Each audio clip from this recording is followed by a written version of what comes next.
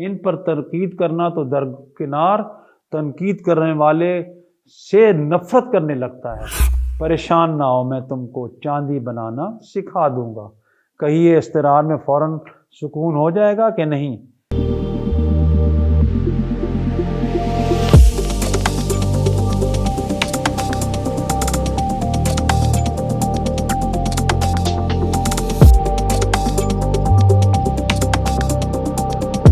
بسم اللہ الرحمن الرحیم، اللہم صلی علی محمد وعلی محمد۔ السلام علیکم، میں علی سلطان امامیہ جنتری آفیشیل یوٹیوب چینل پر خود آگاہی کی ایک نئی ایپیسوڈ کے ساتھ حاضر ہوں۔ میرے مذہب کی محبت کے 4 اسباب۔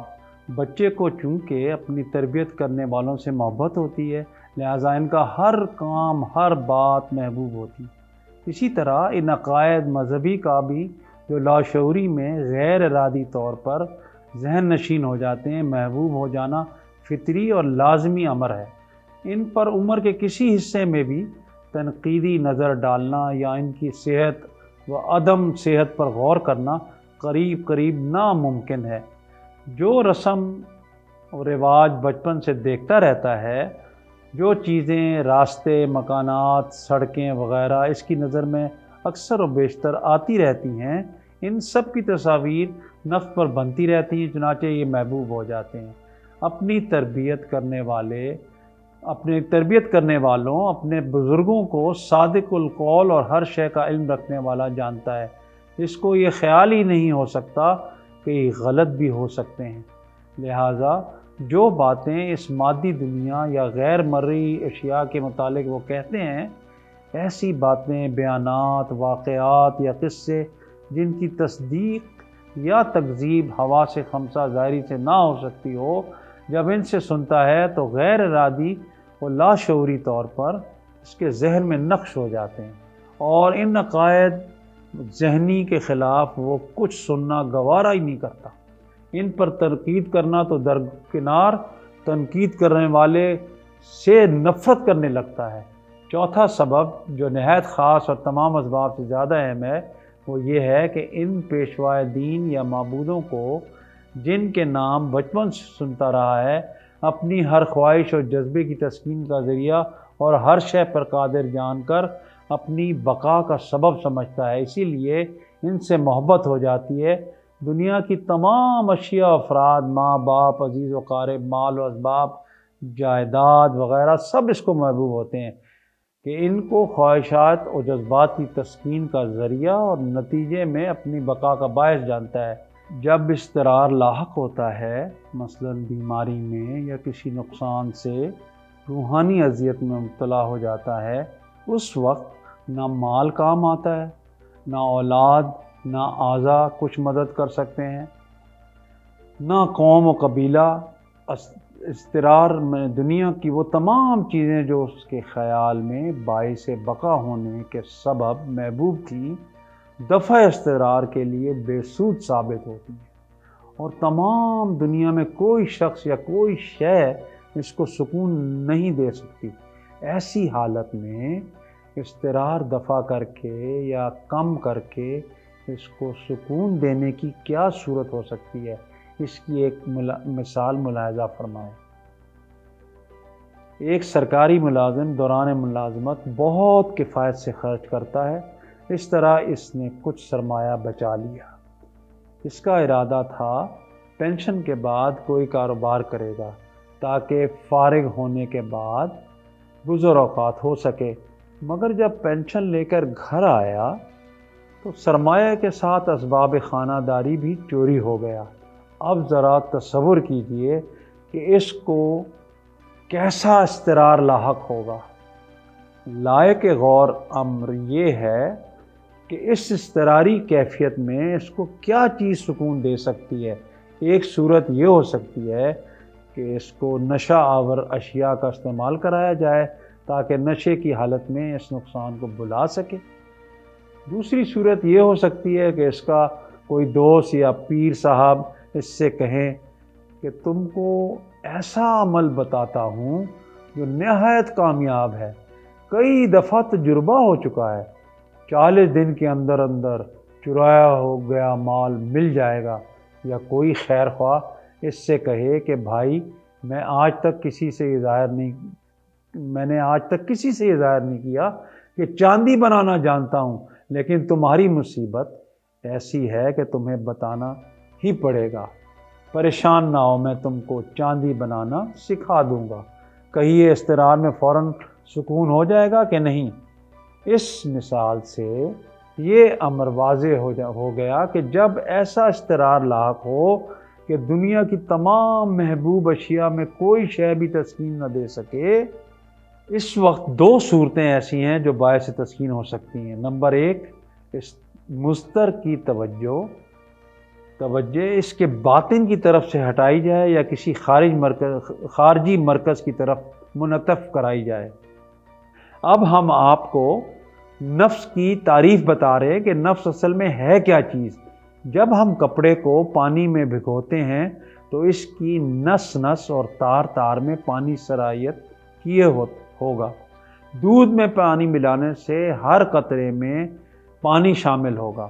بالکل اسی طرح نہایت لطیف غیر مرئی یعنی انویزیبل گیس کا ایک جسم ہماری گوشت پوش کے جسم میں سرایت کیے ہوئے، اس غیر مرئی جسم کو نفس یا جان اور نفسیات کی زبان میں مائنڈ یا سائیکی کہتے ہیں، اور ادب کی زبان میں پس ذلیل یا کمینی جبلت بیسر انسٹنکٹ کہتے ہیں۔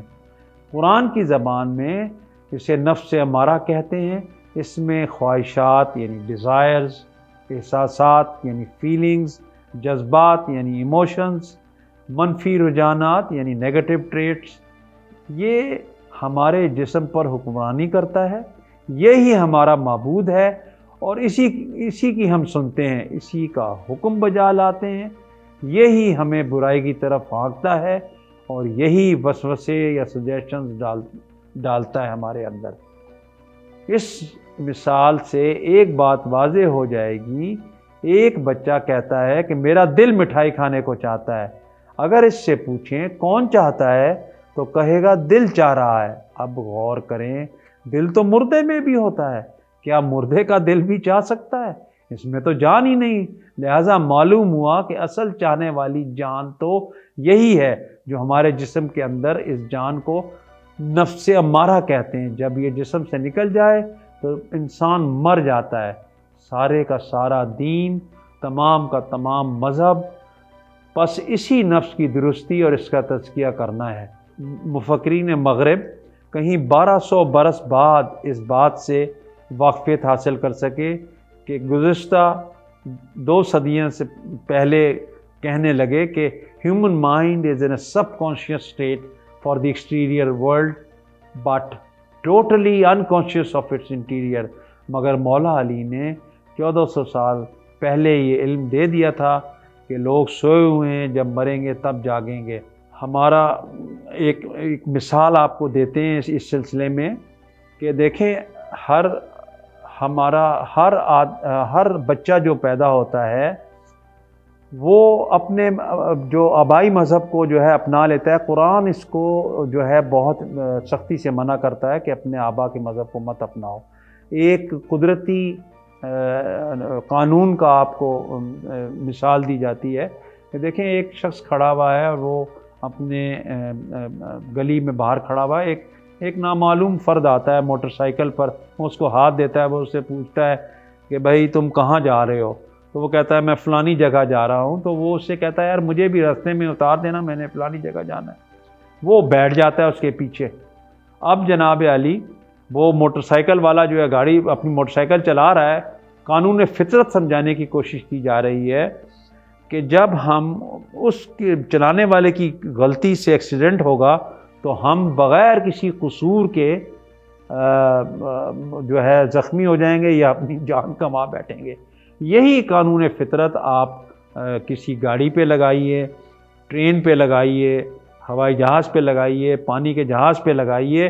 اب آخر میں جا کر یہی قانون فطرت جس دینی عالم کو ہم نے چنا ہوا ہے اس کے اوپر لگائیے کہ اس کی غلطی سے سارے اس کے فالوورز، سارے پیسنجرز جو ٹرین میں بیٹھے تھے یا ہوائی جہاز میں تھے یا پانی کے جہاز میں تھے یا بس میں تھے یا کار میں تھے، سارے کے سارے ایک انسان کی غلطی کی وجہ سے جو ہیں وہ فنا ہو جائیں گے۔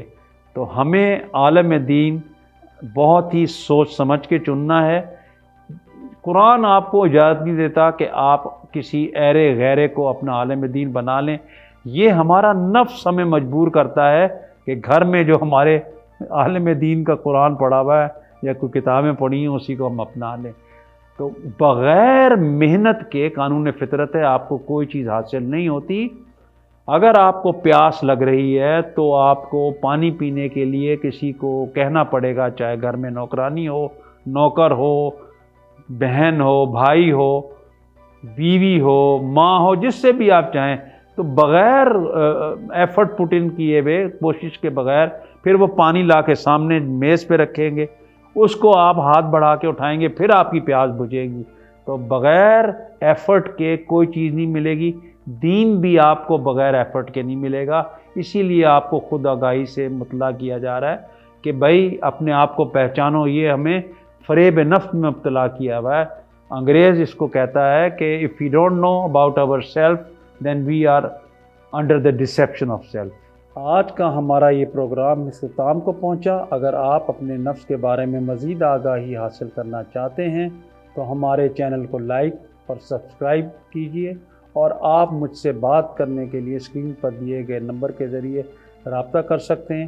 انشاءاللہ پھر ایک نئی قسط کے ساتھ آپ کی خدمت میں حاضر ہوں گا۔ اللہ حافظ۔ لائف میں آسانی بغیر پریشانی ہم سبھی کو چاہیے، تو کیا ہو بات جب مل جائے ایک ساتھ آپ کی پسند کی ساری معلومات۔ امامیہ جنتری آفیشل ایپ پاکستان کا پہلا روحانی پلیٹ فارم اب ہے آپ کے لیے آن لائن دستیاب۔ کلک کریں اور پائیں جواب۔ کون سا نگینہ کرتا ہے آپ کی شخصیت سے میچ؟ کون سا پتھر ہے آپ کی تاریخ پیدائش کے مطابق؟ ذائچہ بنوائیں، جانیے کیسا رہے گا۔ نیا کاروبار، تعلیم، سفر اور صحت۔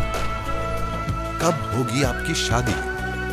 کریں براہ راست پروفیشنل ایکسپرٹ سے بات۔